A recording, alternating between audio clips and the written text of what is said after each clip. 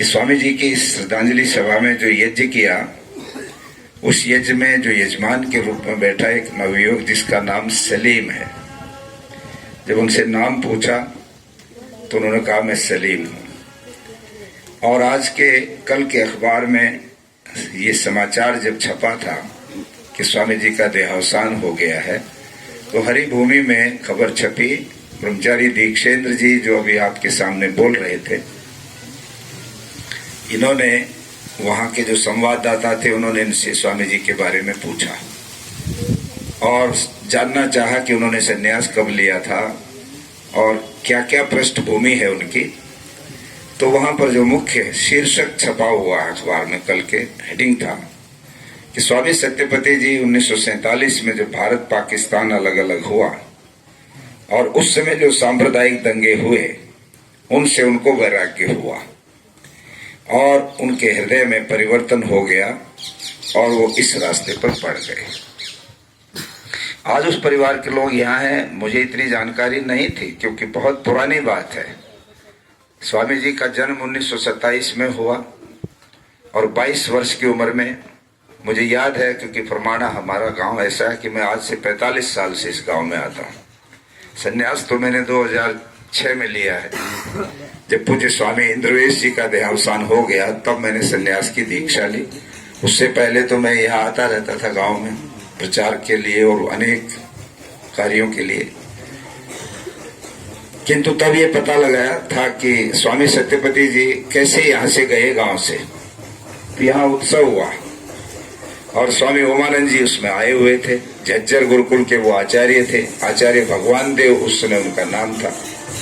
तो यहाँ पर जब जलसा हो गया और जाने का समय आया तो गांव के आर्य समाज के अधिकारियों ने स्वामी ओमानंद जी से कहा, महाराज हमारे गांव में भी एक भगत है, उसको भी आप अपने साथ ले जाओ, कहीं गुरुकुल में पढ़ लेंगे तो शायद विद्वान हो जाए, क्योंकि वो यहाँ किसी बोलते नहीं, मौन रहते हैं दिन भर, पैरों में जूते नहीं पहनते, नंगे पैर घूमते रहते हैं, खेतों में चले जाते हैं, गली में भी घूमते हैं तो लंबा सा कुर्ता पहने और कुछ और ऐसा नहीं, स्नान आदि भी नहीं करते, कई दिन नहीं करते और अपनी ही दुनिया में खोए रहते हैं।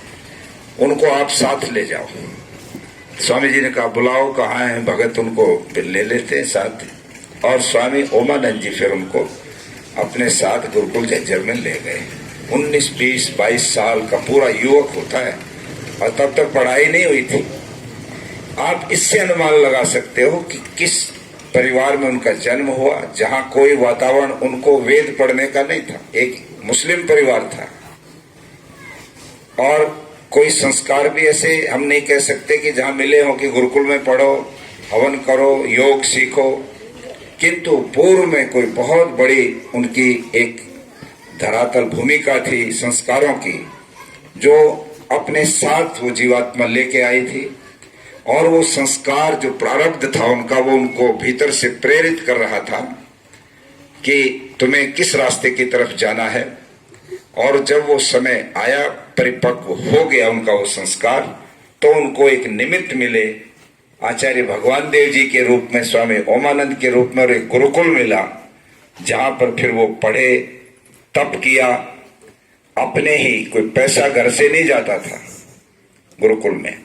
गुरुकुल में ही कार्य करके, कहीं फार्मेसी में, कहीं गौशाला में, और जो भोजन आदि का खर्च होता था गुरुकुल की तरफ से वहन किया जाता था और वो पढ़ते रहे, तप करते रहे। यहाँ से जाने के बाद उनका नाम मनुदेव हुआ। और मैं चाहूंगा ब्रह्मचारी दीक्षेंद्र जी से निवेदन करूंगा, यहाँ जो परिवार के सदस्य अभी हैं हमारे पूज्य स्वामी जी महाराज के परिवार के सदस्य, और हमारे मांगे राम जी जो उनके साथ रहे, बताते हैं बहुत पुराने आदमी, बड़े बुजुर्ग दिख रहे हैं वो भी। स्वामी जी तो 94 के हुए, आपकी उम्र कितनी हो गई? 90, तो लगभग बराबर के हैं। बहुत सारे संस्मरण ये भी बताएंगे उनके बारे में, और परिवार के लोगों का भी थोड़ा विवरण लीजिएगा ताकि हम आगे भी इस परिवार को अपने साथ जोड़ करके रखें। हम चाहते हैं जिस रास्ते पर आज स्वामी सत्यपति को पूरे विश्व में सम्मान मिला है, ये पूरा परिवार हमारा उसी रास्ते के ऊपर, उसी रास्ते का पथिक बने।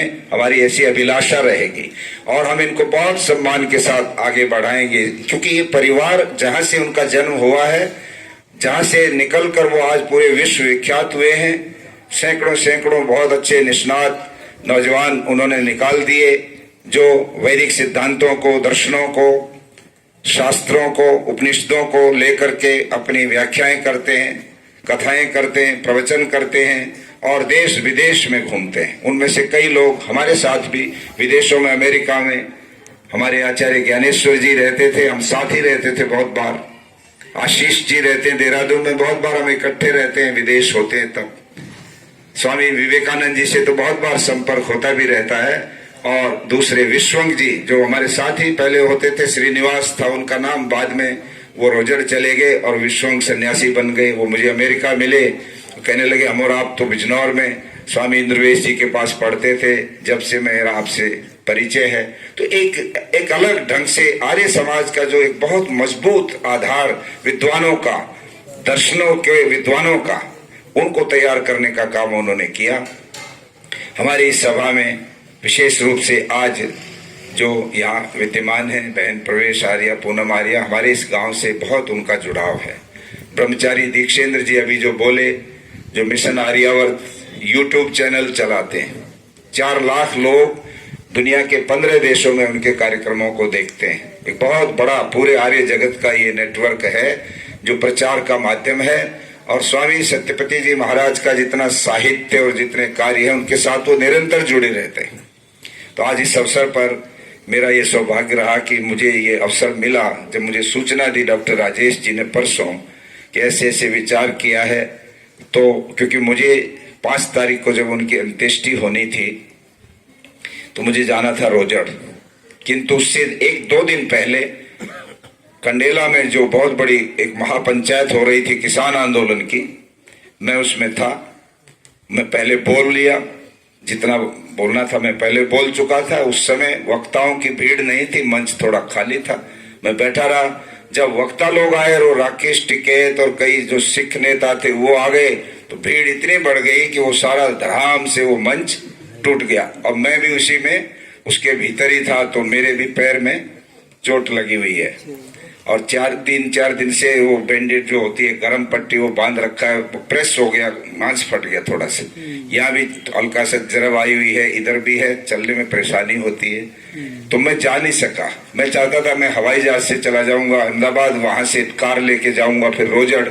फिर मेरे साथियों के फोन आए, संपूर्णानंद जी का, आचार्य विजयपाल झज्जर वाले, उनका कि हम कार से चलते हैं सब जने, आप आ जाएं, 6-7 लोग एक गाड़ी में बैठ लेंगे, 20 घंटे लगातार चलेंगे और 2 बजे उनके अंत्येष्टि वहां पहुंच जाएंगे।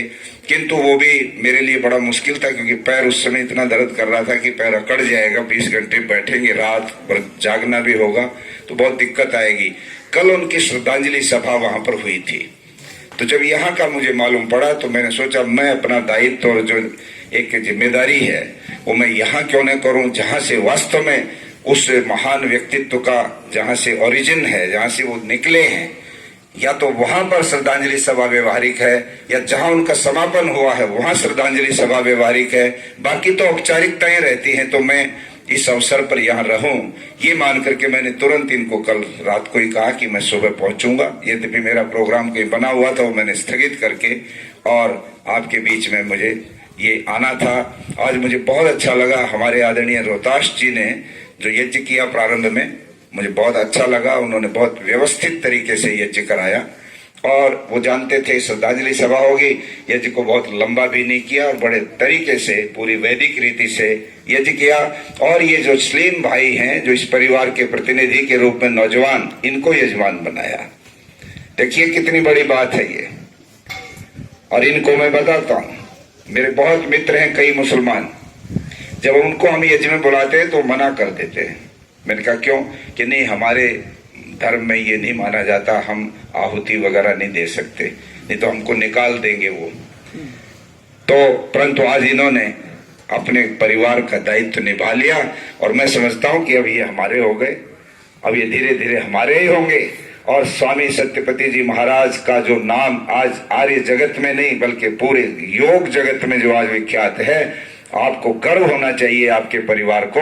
यदि वो इस परिवार में रहते, यहीं पर बने रहते, तो पता नहीं उनके जो संस्कार ऊंचे थे उनको मौका मिलता या नहीं मिलता, कैसे उनका वट वृक्ष बनता उन संस्कारों का। वो तब बना जब वो यहाँ से निकल करके एक ऐसे रास्ते पर चल निकले जहां उन्होंने व्याकरण पढ़ा, जहां उन्होंने दर्शन पढ़ा और वेदों का बहुत गहन अध्ययन किया और अपने आप को तपाया, अपनी वाणी को तपाया, जिसमें सत्य उनके ऊपर स्थापित हो गया उनकी वाणी पर, तब जाकर के वो सत्यपति बने। मुझे वो क्षण याद है जब 1970 के 7 अप्रैल को दयानंद मठ में सन्यास की दीक्षा हो रही थी। स्वामी इंद्रवेश जी और अग्निवेश जी, 2 नौजवान आर्य समाज में बहुत तेजस्वी रूप में उभरे थे। दोनों ब्रह्मचारी थे, रोहतक की जेल में बंद थे क्योंकि उस समय चंडीगढ़ का आंदोलन चल रहा था। सोनीपत में स्वामी इंद्रवेश गिरफ्तार हुए, रोहतक में अग्निवेश गिरफ्तार हुए, दोनों रोहतक जेल में थे और उन्होंने वहां से घोषणा की थी कि अब हम इस जीवन का जो अंतिम पड़ाव होता है, आखिरी उत्सर्ग है। एक की उम्र थी 28 साल, दूसरे की उम्र थी 30 साल। इंद्रवेश जी तब 30 साल के थे, ये 28 साल के थे, किंतु स्वामी सत्यपति जी उस समय लगभग 40 साल के थे और इनका नाम मनुदेव था। उनमें से एक इंद्रदेव थे, एक श्यामराव थे। मनुदेव जी ने उसी समय फिर ब्रह्मचारी इंद्रदेव जी से कहा कि सन्यास दीक्षा ले रहे हो तो मैं भी साथ ही सन्यास ले लेता हूं, क्योंकि ये तो करना ही है एक दिन। तो एक ही गुरु तय किया और गुरु वो था जो पूरी तरह से नैष्ठिक ब्रह्मचारी था। गृहस्थ से सन्यासी बने से हम सन्यास नहीं लेंगे, ये प्रतिज्ञा उनकी थी, क्योंकि हम दयानंद सरस्वती की परंपरा के सन्यासी बन रहे हैं। दयानंद सरस्वती सीधे ब्रह्मचर्य से सन्यासी बने थे। तो इंद्रवेश जी भी क्योंकि ब्रह्मचर्य आश्रम से ही थे, वो गृहस्थ में नहीं गए, अग्निवेश जी गृहस्थ में नहीं गए, स्वामी सत्यपति जी गृहस्थ में नहीं गए। इन्होंने कहा कि ऐसा विद्वान चाहिए, तपस्वी, जो गृहस्थ से सन्यास न बन के, क्रम सन्यास नहीं बल्कि सीधा ब्रह्मचर्य से सीधा सन्यासी बना हो। तो वानप्रस्थ आश्रम ज्वालापुर में रहते थे स्वामी ब्रह्म मुनि, जिनकी बहुत बड़ी बड़ी ग्रंथ जो उन्होंने लिखे हैं, वेदों के भाष्य भी किए हैं और बड़े उच्च कोटि के वो विद्वान थे। उनको तय किया और दयानंद मठ में सन्यास की दीक्षा हुई। वो तीनों का साथ में दंड लिए हुए फोटो खिंचा हुआ है। पगड़ी बांधनी आती नहीं थी, टेढ़ी बेड़ी पगड़ी बांधी हुई है। सत्यपति जी भी खड़े हैं, श्यामराव जी और इंद्रवेश जी तीनों खड़े हुए हैं। वो दृश्य मैंने अपनी आंखों से देखा। मैं जाट कॉलेज रोहतक में पढ़ता था तब। और उसके बाद 1971 के अंदर मैं खुद, जब मेरी 72 में BA फाइनल मेरी होने लगी थी, तो मैं गुरुकुल सिंहपुरा में चला गया अपने पेपरों की तैयारी करने के लिए। वहां पर स्वामी जी रहते थे, सत्यपति जी, और उनका मुझे बहुत निकट सानिध्य भी मिला। बहुत बातों में वो बड़े हंसमुख बहुत थे। एक एक चीज में हंसना उनको बहुत पसंद आता था। कोई भी बात कहते, कभी चेहरे पे उनके मलाल, कोई तनाव, कोई क्रोध, गुस्सा हम देखते नहीं थे। और मुझे भी बहुत प्रेरित किया करते थे कि तुम ये क्या और सारे बखेड़े में लग रहे हो, योगाभ्यास किया करो और इस कार्य क्षेत्र में ही लग जाओ। बहुत दिन तक हम लगे भी रहे, किंतु फिर रास्ते कई तरह बदल गए और दूसरे कामों में चले गए। मैं LLB करने चला गया कुरुक्षेत्र में। स्वामी जी का लगभग 7-8 साल का सानिध्य गुरुकुल सिंहपुरा का हमें मिला। वो वही रहते थे, मैं नीचे रहता था, वो ऊपर रहते थे। किंतु उनके जीवन को देख करके लगता था कितना सरल, कितना बहुत ही साधारण जैसे कोई व्यक्ति रहता है। उसी ढंग के कपड़े, उसी ढंग का खाने पीने का उनका व्यवस्था, वैसे ही सोने का बिस्तर तो और कमरा भी जैसा होते साधारण कमरे। कोई इस प्रकार के वो व्यक्ति नहीं थे जैसे आज के कई मठाधीश होते हैं। बहुत ही भव्य अपने रहने सहने की व्यवस्थाएं करते हैं, बड़े सुंदर आलीशान अच्छे ढंग की वो व्यवस्थाएं करते हैं। और वो जीवन का वो जो पक्ष था वो आखिरी तक नहीं बदला। अभी 1 महीना पहले 5 जनवरी को उनसे मिलने के लिए हम गए। संयोग की बात यह हुई कि चित्तौड़गढ़ में एक बहुत बड़ा आयोजन था। एक नया कन्या गुरुकुल शुरू होने वाला था चित्तौड़गढ़ में, पद्मिनी आर्ष कन्या गुरुकुल जो बंद हो गया था, दोबारा उसको शुरू कर रहे थे। और आर्य समाज के जो भजनोपदेशक है उनका संगठन है, परिषद बना रखी है। सैकड़ों भजन पार्टियां भी वहां जा रही थी। तो मेरा भी उन्होंने आग्रह किया कि आप उसमें आओ और ये गुरुकुल की जो आधारशिला रखी जाएगी उसमें हम आपको उसमें चाहते हैं कि आप उस समय रहिए। तो हम गाड़ी से 6-7 जने यहाँ से गए। अब चले गए तो चित्तौड़ से लगभग 250 किलोमीटर अहमदाबाद है। अहमदाबाद में एक बहुत जरूरी काम था जहाँ दीक्षेंद्र जी को जाना था। मैंने कहा जब मैं भी आया हुआ हूं तो चलो हम इकट्ठे चलते हैं और स्वामी सत्यपति जी के दर्शन कर आएंगे, क्योंकि उम्र बहुत हो गई है, जीवन का कुछ नहीं पता होता। ये भी एक अच्छा एक मौका है कि उनके दर्शन का लाभ मिल जाएगा। हम अहमदाबाद रुके रात को, वहां हमारे साथियों ने होटल बुक करा दिए। फिर हम सुबह अपनी गाड़ी से वहां पर पहुंचे रोजड़। तो उन्होंने कहा कि अभी स्वामी जी विश्राम कर रहे हैं, आप भोजन कर लो, उसके बाद 2 बजे आपको मिलवाएंगे। जब हम मिलने गए तो वो थोड़ा सा उनको बिठाया, क्योंकि उनके पैर में सांथल में फ्रैक्चर हो गया था। 20 दिन अहमदाबाद हॉस्पिटल में रह के वो आए ही थे 2 दिन पहले। थोड़ा विश्राम करा रहे थे, उनके सेवक साथ थे। उन्होंने मेरा परिचय दिया। मैंने कहा नहीं, इस नाम से नहीं पहचानेंगे, मेरा पुराना नाम बताओ। जगवीर सिंह मेरा नाम होता था। ले जगवीर सिंह जी आए हैं, गुरुकुल सिंहपुरा में आपके बहुत नजदीक रहे हैं, वो आपके दर्शन करना चाहते हैं। कहाँ हैं? यूं देखने लगे, मुझे नहीं पहचाना उन्होंने। फिर बोले ये इंद्रवेश जी के देहांत के बाद इन्होंने संन्यास ले लिया। तो फिर उनके एकदम ध्यान आया, कहने लगे कहाँ है वो? इंद्रवेश जी का नाम जब आया, इंद्रवेश जी कहाँ है? बोले उनका तो देहांत हो गया। बोले अच्छा। ये कह करके चुप रहे। फिर मैंने कहा कुछ बुलवाओ स्वामी जी से। उन्होंने कहा कुछ उपदेश करो, ये उपदेश चाहते हैं। तो उन्होंने एक ही बात कही कि दे तो दिया उपदेश कि जो इस दुनिया में आया है उसको सब जाएंगे। इंद्रवेश जी चले गए तो बोले ये तो सबको जाना है। ये वो बोले थे, बोले मैं दे तो चुका हूं उपदेश। इतना कहने के बाद फिर हमने भी उचित नहीं समझा, क्योंकि उम्र और अस्वस्थता और वो ज्यादा बातें कर भी नहीं रहे थे, तो फोटो उनके साथ करवा लिया एक, और हम और कामों में लग गए। 5 जनवरी को हम मिले उनको, और 4 फरवरी को लगभग 1 महीने के बाद निश्चित उनका देहावसान हो गया। आज निस्संदेह उनकी जितनी भी हम प्रशस्ति करें, एक एक पहलू उनके जीवन का अगर हम लेने लगते हैं, पूरी दुनिया के अंदर योग का बहुत बड़ा प्रचार है। और आज योग का अर्थ माना जाता है भस्त्रिका करो, कपालभाति करो, अनुलोम विलोम करो, उज्जाई प्राणायाम करो, शीतली प्राणायाम करो, और अनेक ये जो शुद्धि क्रिया की जो विधियां बताई जाती है, इसका नाम लोगों ने योग रख रखा है। आसन कर लो, इसका नाम लोगों ने योग रख रखा है, जबकि योग है क्या? अष्टांग योग की जो विधि है उसमें ये जो क्रियाएं हैं ये तो एक हिस्सा है उसका। प्राणायाम एक हिस्सा है, आसन एक हिस्सा है, किंतु सही मायने में योग है वो ये है कि आत्मा और परमात्मा का जोड़ मिलना। आत्मा परमात्मा से कैसे मिल सकती है, वो रास्ता अष्टांग योग का जो है, वो अगर किसी योगी ने दुनिया के अंदर आज मैं दावे के साथ कहता हूं उसको प्रचारित और प्रसारित किया, वो थे स्वामी सत्यपति जी महाराज। उन्होंने वेद के अनुसार जो योग की विद्या थी उसको आगे लिया। योग के नाम पे बहुत दुकानें लोगों की दुनिया भर में चल रही। विक्रम योग है, कोई कुछ योग है, कोई कुछ योग है, और भारत के भी बहुत बड़े बड़े, कई रजनीश ने कुछ किया, महेश योगी ने ट्रांसेंडेंटल मेडिटेशन, और अनेक लोगों ने चला रखी विधियां। किंतु स्वामी सत्यपति जी का एक आग्रह रहा कि जो चीज मुझे समझ आई है, जिसमें सत्यता मुझे लगती है, उसी को मुझे प्रचारित करना है। और उन्होंने सही मायने में योग है क्या उसको न केवल समझाया बल्कि अपने जीवन में भी उतारा। उनके मुझे पर्चे याद हैं। एक हमारे रोहतास जी कह रहे थे कि वो मोक्ष के अधिकारी, मोक्ष में जाना चाहिए।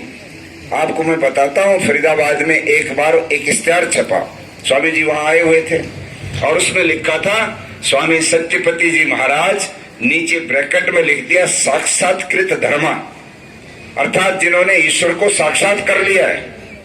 ये उनकी विशेषता है, साक्षात्कृत धर्मा। इस बात पर कई विद्वानों ने बहस की, और वो कहने लगे कि कैसे साक्षात हुआ ईश्वर का? ईश्वर का तो कोई रूप नहीं है, वो कैसे साक्षात हो गए? बड़ी बहस चली कई दिन तक। तो वो तो इस बात के लिए स्वयं ये कहते थे और चुप हो जाते थे, उसके पश्चात बहस में नहीं पड़ते थे, तर्क वितर्क नहीं करते थे, कि ईश्वर के प्रति इतना समर्पण था उनका हृदय से, एक आत्मा से, कि वो ईश्वर को हमेशा हर समय हाजिर नाजिर करके अपने कार्यों को करते थे। इसीलिए वो सत्य का आग्रह उनका सफल हुआ। उनको ये विश्वास हो गया था कि मेरे हर कार्य का साक्षी ईश्वर है, और उस ईश्वर ने ही मेरे कर्मों का फल देना है।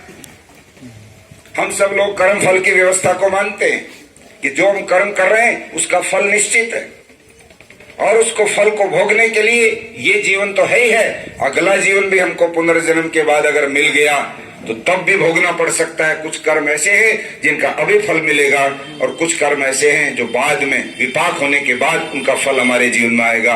वो इस जीवन के 20 साल बाद भी मिल सकता है और अगले जीवन के अंदर भी मिल सकता है। वो इस बात को जानते थे तो उन्होंने ईश्वर के अस्तित्व को समझा। आज दुनिया में सबसे बड़ी विडंबना ये है कि ईश्वर के अस्तित्व को हम लोग स्वीकार नहीं करते। हम नाम लेते हैं ईश्वर का, ईश्वर का ओम मुख्य नाम है, हम इसको लेते हैं, किंतु जब हम जीवन में व्यवहार पर आते हैं, वाणी से बोलते हैं, मन में सोचते हैं, हाथों से कर्म करते हैं, कोई भी चीज हम करते हैं, उस समय ईश्वर को हम थोड़ा दूर कर देते हैं और अपने स्वार्थवश, अपनी चालाकीवश, अपने लोभ, लालच, अहंकार, काम वासना और अनेक प्रकार के जो दुर्गुण हमारे भीतर भरे पड़े हैं, उनसे प्रभावित होकर हम गलत दिशा में चले जाते हैं और ये भूल जाते हैं कि ये कार्य ईश्वर देख रहा है। इस कार्य को करते हुए इसका दंड मुझे मिल जाएगा। भीतर से प्रेरणा आती है भय लज्जा शंका की। भय लगता है कि गलत काम किया तो जेल जाया जा सकता है, डकैतियां करते हैं लोग, घोटाले करते हैं लोग, पैसा चुराते हैं लोग, सार्वजनिक धन को लोग चुराते हैं। आज पूरी राजनीति और सब चीजों में देखते होंगे आप किस प्रकार से धन का भयंकर रूप से दोहन होता। वो भगवान को नहीं मानते, वो झूठा भगवान का नाम लेते। वो भगवान तो हमारे सारे कर्म देख रहा है। आज ये भ्रूण हत्या होती है, हम कहां भगवान को मान रहे हैं? धर्म और अधर्म दोनों एक साथ नहीं चल सकते, सत्य और असत्य दोनों एक साथ नहीं चल सकते, प्रकाश और अंधेरा दोनों एक साथ नहीं चल सकते। सूर्य निकलता है, अंधेरा गायब हो जाता है, ढूंढने पर भी नहीं मिलता। भीतर जाते हैं, ढूंढते हैं किस कोने में अंधेरा चला गया, ये प्रकाश आ गया, अब अंधेरे की कोई जगह दुनिया में नहीं बची। यदि धर्म होगा तो अन्याय और अधर्म नहीं हो सकता। धर्म भी है और सारी चीजें भी चल रही, धर्म के अनुष्ठान भी हैं, बड़े बड़े मंदिर बन रहे हैं, बड़ी बड़ी यात्राएं निकल रही, तीर्थ यात्राएं, गंगा में स्नान हो रहे, अभी कुंभ आएगा। हमारी इस्लाम के भाई ये जाते हैं काबा में, सारे पाप काटने जाते हैं, उसकी परिक्रमा करते हैं। ईसाई जाते हैं कहीं और दूसरे यरूशलेम में, हिंदू जाता है अपने मठ मंदिरों में। सारे के सारे लोग इसलिए जाते हैं कि जो पाप हो गए जिंदगी में, ऐसा वहां करने से सारे कट जाएंगे। कितना बड़ा धोखा है। हम पाप भी करते हैं और सोचते हैं कि कहीं छोटा मोटा चढ़ावा चढ़ा दिया तो कट गए पाप। ये बहुत बड़ी भ्रांति। स्वामी सत्यपति जी के जीवन की अगर कोई एक विशेषता है जो आप हमारे साथ जुड़ी हुई है कि हम ईश्वर को हाजिर नाजिर अर्थात हर समय ये मान करके अपना कार्य करें। आप कर्मचारी हैं तो ये देखें कि रिश्वत आ रही है, किंतु देखने वाला भी देख रहा है कि ये इसकी मजबूरी का फायदा उठाकर रिश्वत ले रहा है ये व्यक्ति, तो भगवान तो देख रहा है। आपका एक गलत काम आपकी श्रृंखला में जुड़ गया।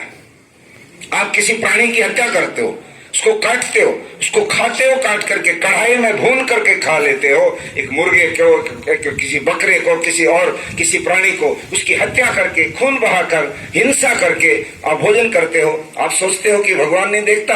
आपकी आत्मा दहल जाती है जब उस प्राणी को काटते हो आप और फिर उसको पका के मसाले लगा करके खा लेते हैं हम लोग। ये धर्म है। जो आदमी ऐसा करता है और कहीं डुबकी लगाए, कहीं और कुछ करे, कहीं कुछ और करे, वो सारी की सारी बातें नाटक हैं, उनका कोई अर्थ नहीं निकलता है। क्योंकि जो पाप किया हुआ है वो पाप भी आपके कर्मों में जुड़ा हुआ है। किसी को गाली देते हो, गाली देने वाला भी नोटिस हो गया, और किसी की तारीफ करते हो वो भी कहीं जमा हो गया। अच्छे और बुरे दोनों कर्म साथ साथ जुड़े रहते हैं। इस बात को जब स्वामी सत्यपति जी ने समझा तो उन्होंने नाम भी अपना सत्यपति रखा कि मैं सत्यव्रती बनना चाहता हूं, मैं अपनी वाणी पर सत्य को स्थापित करना चाहता हूं। और योग दर्शन में आता है जिसकी वाणी पे सत्य स्थापित हो जाता है, जिसकी वाणी में सत्य आ जाता है, मनसा वाचा कर्मणा, मन से, वाणी से, कर्म से किसी व्यक्ति के व्यवहार में सत्य अगर आ गया तो योग दर्शन कहता है ऐसे व्यक्ति की वाणी पर अमोघ शक्ति आ जाती है। अमोघ, इतनी भयंकर उसकी वाणी में ताकत होती है कि राजा भी सामने खड़ा हो और वो सत्य का धनी जो योगी है वो अगर कोई बात कह दे तो वो राजा भी जो है वहां उसके सामने नतमस्तक हो जाएगा। उसके सामने कोई बड़े से बड़ी ताकत ठहरती नहीं, उसकी सत्य की इतनी बड़ी ताकत होती है। इस नाते से उन्होंने सत्य का आग्रह किया इसलिए था क्योंकि ईश्वर के सामने झूठ भी बोलूंगा वो भी मेरी पकड़ में आएगी, सत्य बोलूंगा वो भी पकड़ में आएगी। तो ऐसा ऐसा संकट मैं अपने जीवन में क्यों लाऊं कि मुझे झूठ बोलना पड़े? क्यों झूठ बोलूं? क्योंकि झूठ का दंड देना भगवान ने। हम कर्म करने में स्वतंत्र हैं सब लोग, किंतु फल भोगने में प्रतंत्र बनाए हैं उस ईश्वर ने कि कोई नहीं, आप जो करो, अच्छा करो बुरा करो, तुम्हारी मर्जी है, किंतु प्रेरणा जरूर वो दे देता है। जब बुरा काम करने की इच्छा होती है, मन में कोई गलत विचार उठता है, तो तीन बातें आती है।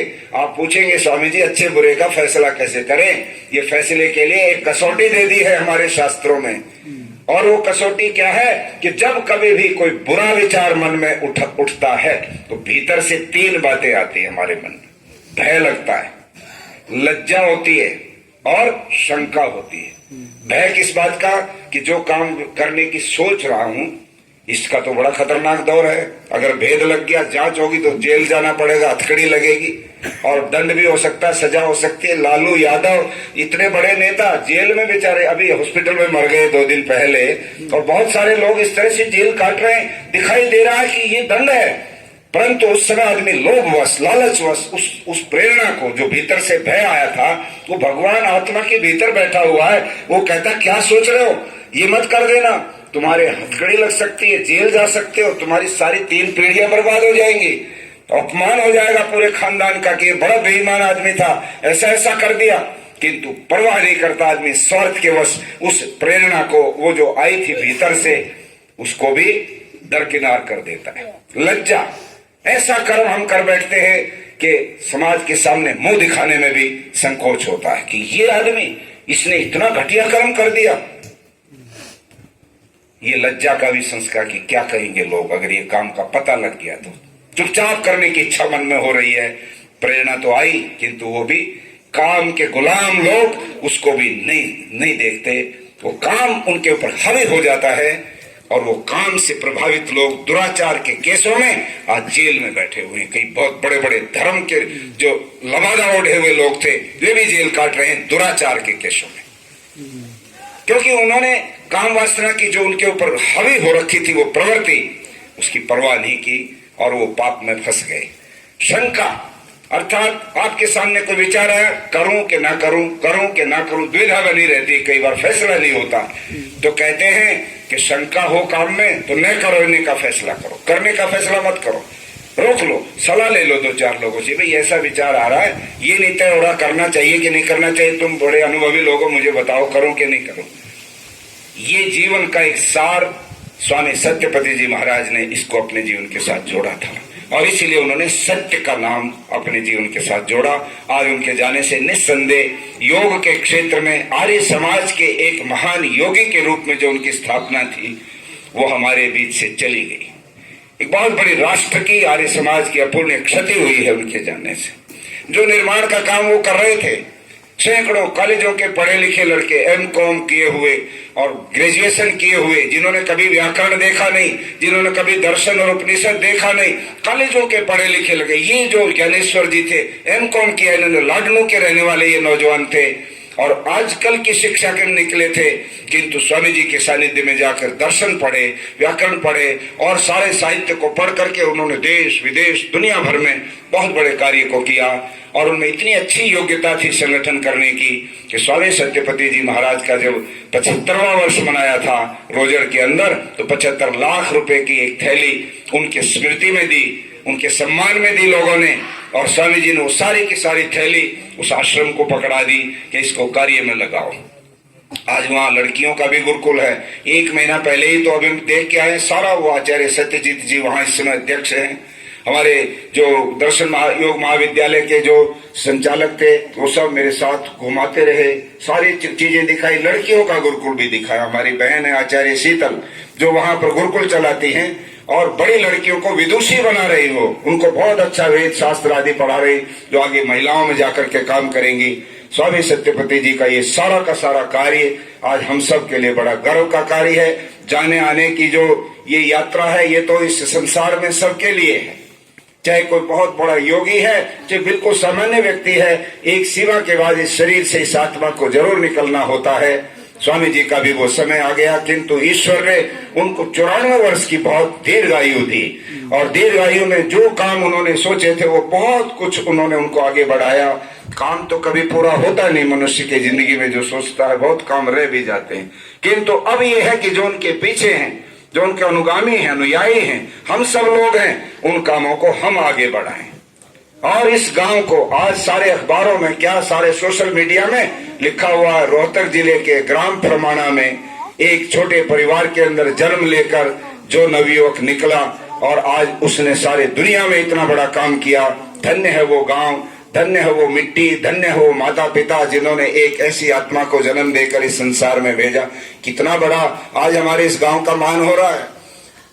गांव तो सारा गांव है, परंतु एक व्यक्ति एक गांव को और एक राष्ट्र को कहां तक ले जा सकता है, ये होती है बड़ी बात। और वो उसके कर्मों के ऊपर निर्भर करता है कि उसके कर्म कैसे हुए।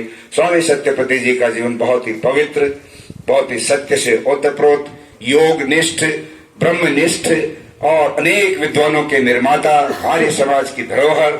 स्वामी सत्यपति जी के जाने पर मैं आर्य समाज का जो संगठन है हमारा बड़ा, उसकी तरफ से इस अवसर पर बहुत बहुत हृदय की गहराई से उन्हें अपनी श्रद्धांजलि समर्पित करता हूं।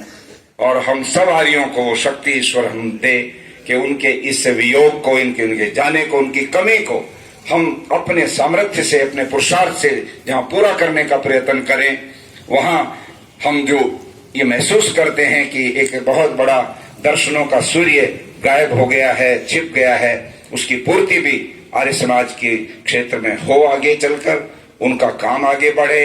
महर्षि दयानंद सरस्वती ने जिस काम को शुरू किया था, उस काम को इस तरह के हमारे त्याग वृत्ति और वीतराग सन्यासियों ने आगे बढ़ाया है। इसलिए वो सब हमारे प्रेरणा के पुंज होते हैं, प्रकाश के पुंज होते हैं। इस अवसर पर आप सब लोगों को भी और गांव के जो हमारे उनके परिवार के जन हैं, उन सभी भाइयों को भी मैं ईश्वर की प्रार्थना के साथ उनको सांत्वना भी हम देते हैं। कष्ट तो उनको भी है, परिवार का सदस्य था, भले वो कितने दूर रहे, कभी वो आए नहीं परिवार में। और मुझे यहाँ बैठे बैठे पता नहीं आपने कहा या किसने कि टिटोली में भी स्वामी जी का जो है मामा थे उनके, वहां टिटोली में। अब हम टिटोली में रह रहे हैं और मुझे आज सुनने को मिला, क्योंकि स्वामी भीष्म जी थे टिटोली के, जो हिसार रहा करते, अग्निदेव भीष्म, तो उनका तो मैं मानता था कि टिटोली में एक सन्यासी बना है, किंतु स्वामी सत्यपति जी फरमाना में जन्म लिया और उनके मामा अर्थात माँ जो है वो थी वहां टिटोली की। तो हम तो दो जगह जुड़ गए भाई। हमारा तो वैसे ही सौभाग्य हो गया कि वहां भी जिस माँ के पेट से जन्म हुआ वो माँ टिटोली की और वो पिता इस फरमाने के। तो इसलिए भाई दोनों ही गांव इस अवसर पर निस्संदेह बधाई के पात्र हैं कि ऐसी महान आत्मा को आपने आगे बढ़ाया।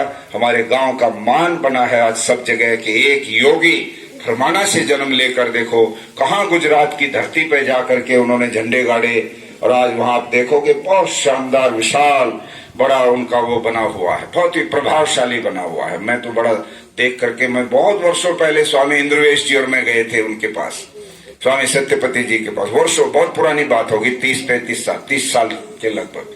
तब बहुत छोटा सा था, 1-2 कमरे बने थे, स्वामी जी अपना उसमें साधना करते थे, 2-4 नौजवान थे तब। तो आज तो इतना विशाल संस्थान है कि लगता है कि वहां कई बार इच्छा होती है कि 2-4 महीने यहीं रुके।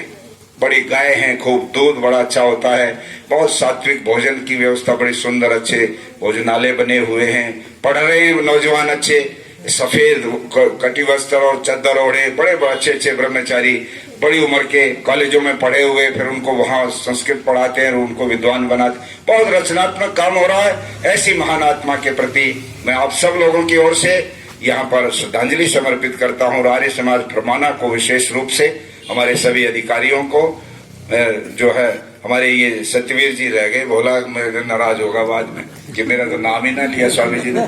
उस समय मैं बोल रहा था तो मेरे दिमाग से उतर गया, नाम लिखा हुआ वैसे इनका।